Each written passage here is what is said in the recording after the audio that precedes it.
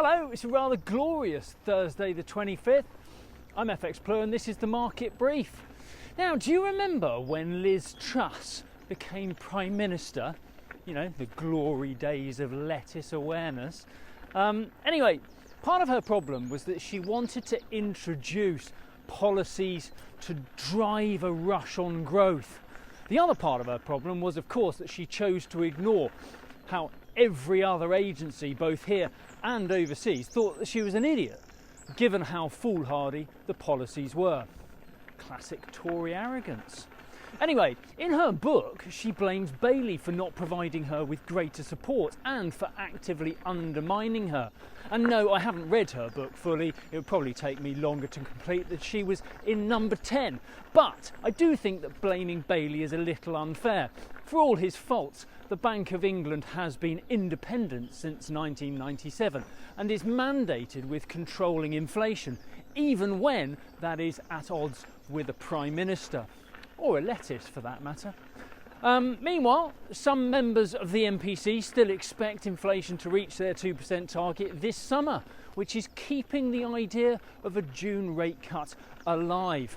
They don't need inflation to be at 2% before they cut rates, but they will need the confidence that a rate cut will not reignite inflation.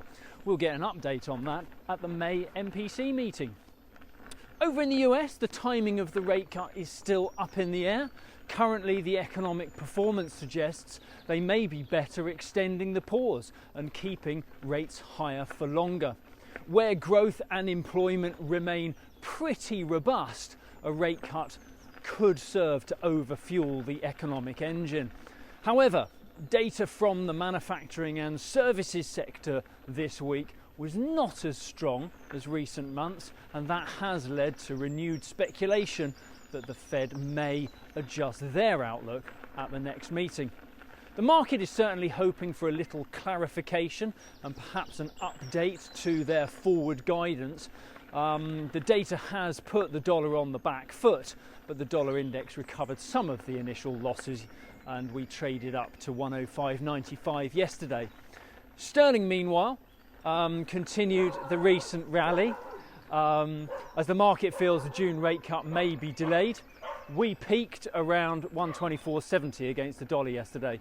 We kick off this morning at 124.75 against the dollar, 116.45 against the euro, and euro dollar is around 107.10 this morning. Here he is. Trust me, his bark's worse than his bite. See you tomorrow. If you do not have a clue, then just tweet through and ask FxPlew.